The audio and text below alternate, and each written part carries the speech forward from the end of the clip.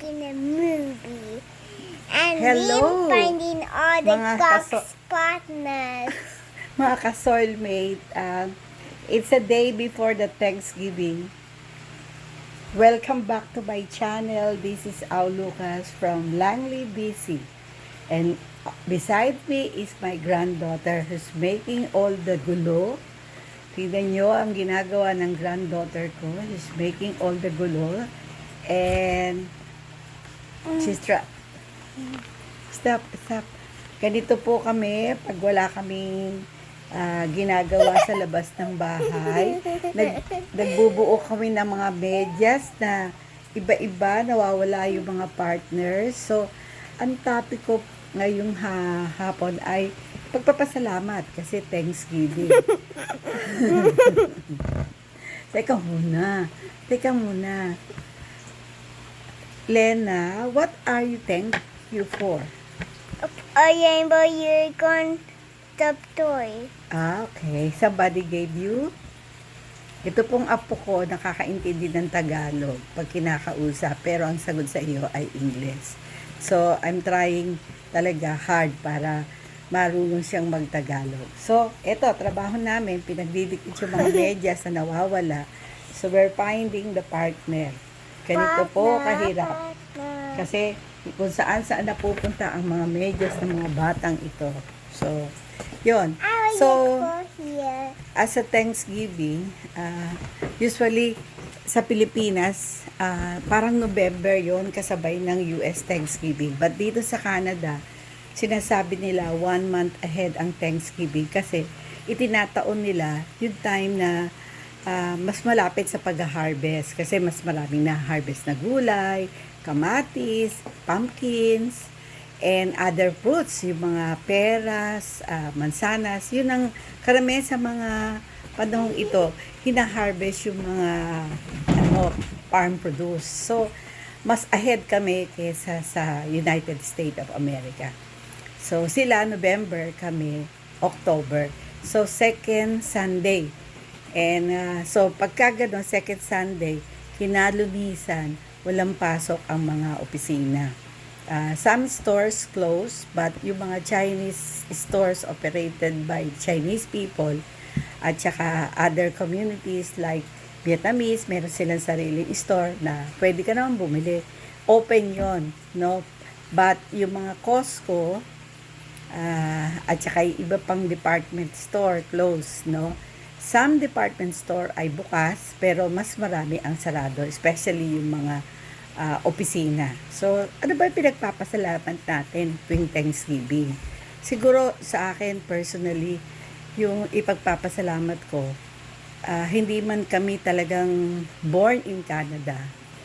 Kami 18 years na rito sa Canada. At during sa mga unang taon namin hanggang sa first 5 years, talagang blessed, masasabi ko na blessed kami kasi nga hindi kami masyadong naghirap, especially yung unang taon namin, nandito yung kamag-anak ng husband ko na tumulong sa amin along the way, yung dati kong ka-office mate na ahead sa amin dumating, they really find time to be with us, to guide us para hindi kami mahirapan. So, gusto ko yung pagpasalamat at hindi ko yun malilimutan, no? So, shout out sa kay Maida at Ernie Lucas, kay Deng Paraiso, kila Edna Santos, si Blen, sila Josie, Ember, and family, sila Abe. So, ito yung mga naging kaibigan namin, mga dati kong classmate ahit sa amin. So, yun, isa, no? Pangalawa, in the next 5 years of our life, na siguro, ang masasabi ko ay gainfully employed ako kasama ng mga anak ko. Yung husband ko, we decided not to continue yung kanyang pag-work kasi nga for some health issue. Pero nagpapasalamat ako kahit hindi siya nagtrabaho outside, naging active siya sa simbahan at saka sa school. Nag-aral din siya to keep his time na habang nag-aaral din ako, yun ang mga ginagawa dito ng mga bagong dating. Talagang nag-aaral para ma-equip ka at the same time you find a better job other than yung customer service or nasa sales na hindi ko naman porte, no? So, nag-aral ako and luckily nakakuha ako ng scholarship and hindi ako nangutang ng pang tuition ko. So, yung pag-aaral ko na yun, ay yun ang naging daan para magkaroon ako ng maganda-gandang trabaho. Naging settlement program officer ako for 14 years and na-meet ko all kinds of mga communities of people like South Asian, Middle Eastern, Russian, so a lot, no? Talaga pero ang focus ko talaga mga Filipino na bagong dating na mayroong Hey, wait! I need to tell may card, you something. may PR card. I need to tell you something. Okay. I need to tell you something. Ito ho ay produkto nung Yeah. nung anak ko nakapag-asawa dito kaya Canadian born tong apo ko. Nung kami po'y umalis, wala pa po akong apo. Dito na po ito isinilang.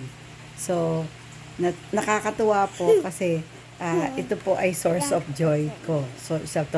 So yun nga, in the next 5 years, nagkaroon kami ng sarili naming tahanan, hindi na kami nagre-renta, meron na kaming pagkakaabalang bayaran na mortgage, at tinanggap kami, no, na mag-enter into mortgage. Ibig sabihin, meron ka ng capability to pay, which is parang nagkaroon ka ng confidence. No? The more you gain confidence that you can live in a very stable family, no? No, parang gano'n, no? Natuto ang asawa ko mag-drive, hindi na ako nagbabas, sinahatid, sundo niya na ako sa opisina. At nakakatuwa, hindi siya nag-drive sa Pilipinas, pero dito sa Canada, nakapasa siya. So, isa yon, no? Na dapat namin ipagpasalamat. So, nakabili kami ng sasakyan, and ngayon nga, natutuwa ako from Honda, nagkaroon na kami ng SUV. Yung maganda doon na for so many years na nirahan ako sa Pilipinas, ang hirap ko yun ma-attain, no? Kahit na mataas ang posisyon ko sa opisina sa Pilipinas, ay hindi naman pagyayabang, pero hindi naging priority ang pagbili namin ng mga sasakyan. At iba pang bahay lang, yun, isa naming nabili, bahay, para hindi kami nagre-rent. Pero ang sasakyan, hindi kami nagkaroon sa Pilipinas. Kasi nga, unang-una, malapit ang bahay ko sa opisina at may provision ang government for people na medyo merong posisyon sa gobyerno, no? Part ng perks, no? So, dito, in the next, first 5 years, okay kami. Second 5 years, may bahay ka na, meron ka ng sasakyan, na medyo stable ka sa trabaho, you met a lot of people, at meron ka na rin mga group of friends, no, na masasabi mong very close sa'yo, at hindi na ikaw ang tinutulungan. Yung the next 5 years, ikaw na yung tumutulong, ikaw na yung nag-guide, at the same time, parang resource ka na by yourself, no? So, parang ka na sa community, no? Established na.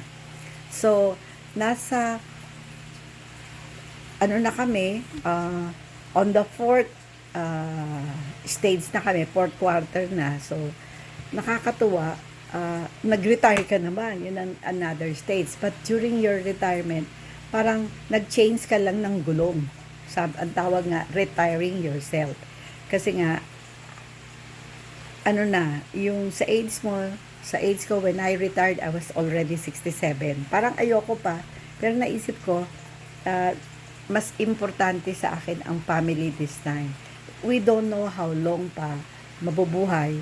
Kaya, sabi ko, siguro mas mabuting i-google ko yun sa pamilya ko, sa mga apo ko, at gawin ko yung bagay na hindi ko nagagawa during the time na ako'y nag-work. So, nandoon, nag-gardening ako, yung nga kinukwento ko sa inyo ahead of time. Meron ako ditong, was a photo bomber.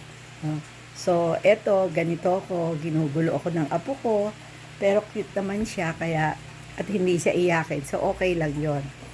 Ito pang another Thanksgiving ko, yung aking mga apo, isa lang naiwan sa akin kasi isinama isa, naghatid ng order. So, yon, after retirement, nakapokus nga ako sa family, nakapokus sa mga apo. Tapos yung aking youngest daughter, ang aking youngest daughter ay nahilig naman sa pagbe-baking kasi nga ang nakakatuwa, nakakuha din siya ng scholarship sa culinary arts. So, ang sabi ko sa kanya, imbis na magtrabaho ka sa ibang tao, use your skills para maalagaan mo yung anak mo at maibigay mo yung attention na nararapat sa mga children of this age, no? So, yun nga. So, nagbe-baking siya, naghatid siya ng kanyang mga orders, especially ngayong Thanksgiving, napakaraming order. So, yun. Ang dami mong ipagpapasalamat, meron kang peace of mind. Although, ang problema, hindi talaga yan naaalis. From time to time, may problema. Pero, ang kagandahan doon na ipagpapasalamat natin sa Diyos, ang problema ay nare-resolve, no? With God's grace. Mama, may you give me that one? Mariresolve mo talaga yung problema. So, at saka, ang kagandahan pa, isa pang dapat ko ipag-bless, ay ipag-thank sa God, ay yung nakakausap ko na yung sister ko na dati hindi marunong gumamit ng cellphone. Ngayon, through messenger, dati bibili pa ako ng phone card para makausap ko siya. But ngayon, using messenger, nagkakaroon kami ng interaction daily at no cost. Siguro ang cost lang nun, yung monthly payment ko ng cellphone ko. Pero, whether or not I pay the monthly use of cell, yung sa service provider, talagang napakaganda kasi parang nandyan lang sa tabi mo yung kapatid mo na nakakausap mo. So, you don't need to go back to the Philippines as often as possible. So, during the 18 years na nakatira kami sa Canada, one time pa lang ako nakabalik. Ang asawa ko twice, but all my 4 children never, yung 3 kong girls nakauwi. Yung isa nagpunta ng Japan, pero hindi sa Pilipinas. Sabi niya kasi, mas gusto niyang mamunang magpunta sa ibang bansa. Kasi nakakausap ng mga niya yung mga relatives at saka mga sister ko. So, yun. Papasalamat din ako dahil nga yung mga anak ko, although matagal nga sila dito, pero yung ugali nila, Pilipino pa rin. Nagpapaalam sila pag sila'y umaalis. At saka meron pa rin silang bonding as siblings, no? Hindi na alis yun. For every occasion, meron mga gift giving and they call each other in times of concerns, kung may problem, to comfort each one, no? To give help kung kailangan, at kitang-kita mo na ganun pa rin, parang pamilyang Pilipino sa Pilipinas. So, yun ang pinagpapasalamat ko. Hindi sila na-impluensahan ng mga kultura ng Canadian. Sabi ko sa kanila, pwede niyong kunin yung magaganda na kultura ng Canadians, but wag niyong alisin yung kulturang Pilipino na maipagmamalaki ninyo. So, yun ang naisip ko. They care for us, no? Yung anak kong panganay, kahit na nasa ibang bahay na siya nakatira, patuloy pa rin siyang nag-check sa amin. Ma, kamusta na kayo ni Pa? O gano'n. Anong kailangan bilhin ko sa inyo? Gano'n. So, I don't expect that. Kasi siyempre may pamilya na siya. Pero, yung may initiative to connect with you as parents, napakalaki nun, no? So, yun. Tapos yung mga anak ko namang walang asawa, sila ang may-ari na ng bahay, sila nagmamanage ng finances nila, at ako, kaming mag-asawa, nag-a-add lang if there's a need. So, iyon ang pinagpapasalamat ko, yung good health, yung happiness, yung laughter, yung sharing of time during time of problem and miseries. But most of the time, hindi na ang misery namin, may lungkot, i-aminin ko, pero hindi tumatagal dahil nga sama-sama kayong pamilya to be able to resolve some issues, no? So I have to thank God for all of this, and siguro yung laughter at saka joys na meron kaming mga apo ay isa yun sa nagpapahaba ng buhay namin bilang mag-asawa. So eto lang, kaya ako sabi ko siguro mas maganda mag-vlog kasi kung just in case tawagin na ako ni Lord sa tapos na yung mission ko, they can review all of this. So hindi naman ako nagpapaalam. I'm just telling you na ang life sa Canada mahirap, malungkot in the first few years, but you have to manage, you have to cope, and always remember nandun lang si Lord eh. Pag tinawag mo yan, mariresolve yung concern mo. Walang problema hindi mariresolve basta sama-sama kayong pamilya. So, the family, sabi nga, the family that prays together stays together. So, again, thank you Lord. Thank you sa inyong mga subscriber ko. Thank you sa mga friends and relatives na nanonood ng vlog ko. Kahit kahit sandali, I was able to impart to you whatever is happening to my family here in Canada.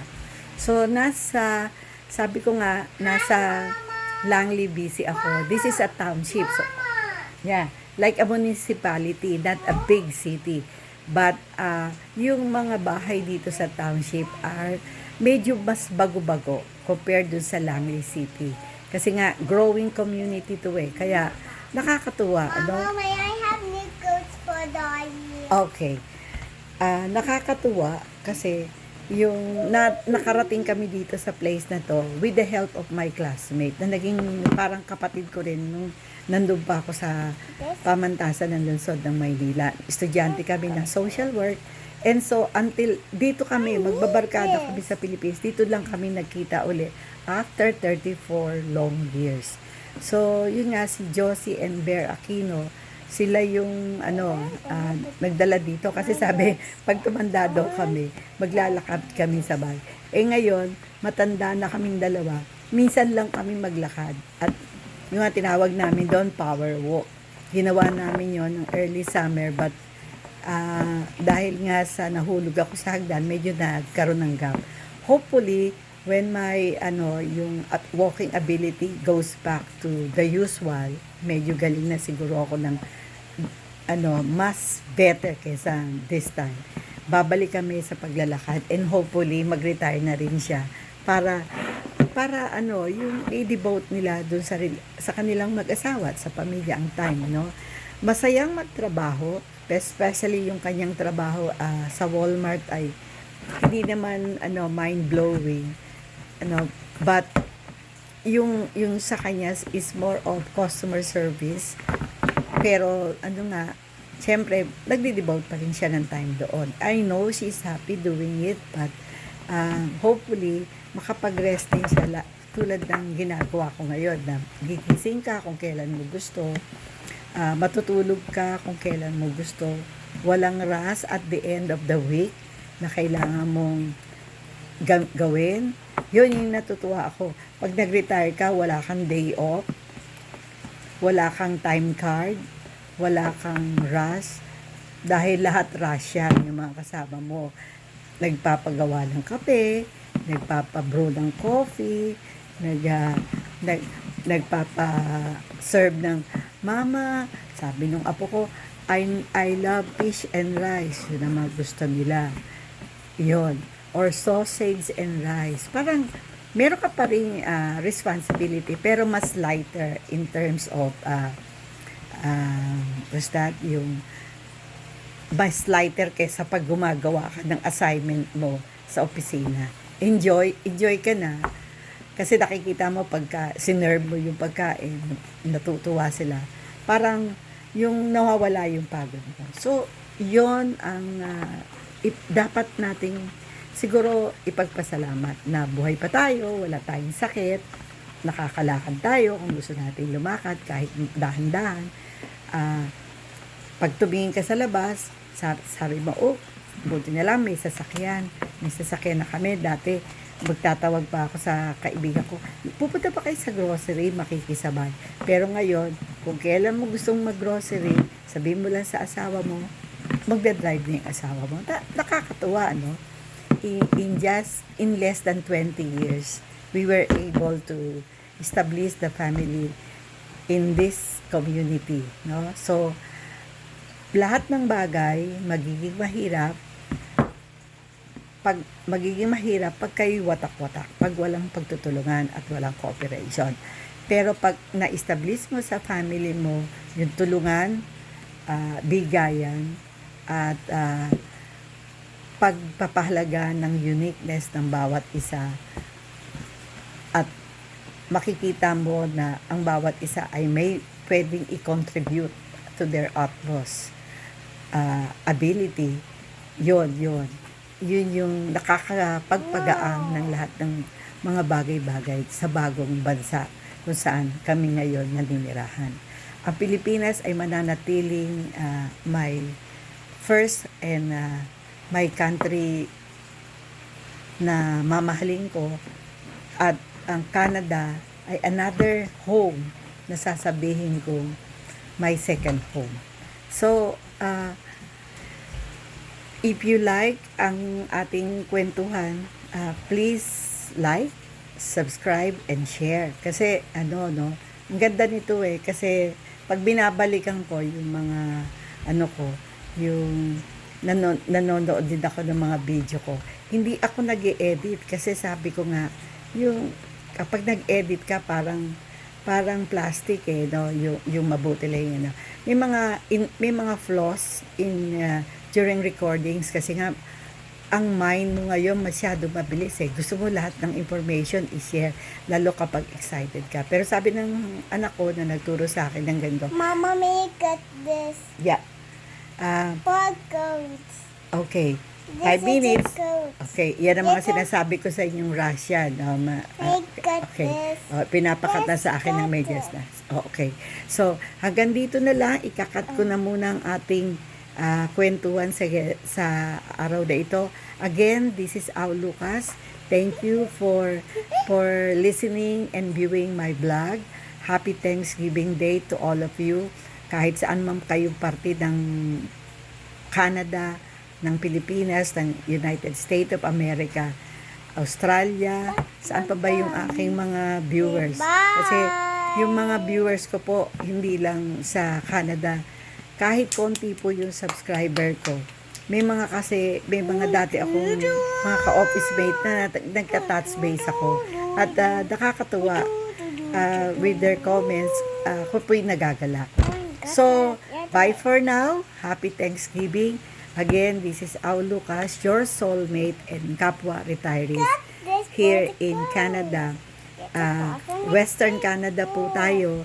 Fall season po tayo ngayon. Kaya nakita nyo, medyo maaga pa pero medyo dark na ang aming kapaligiran. Bye for now. Au Lucas. Thank you and good day.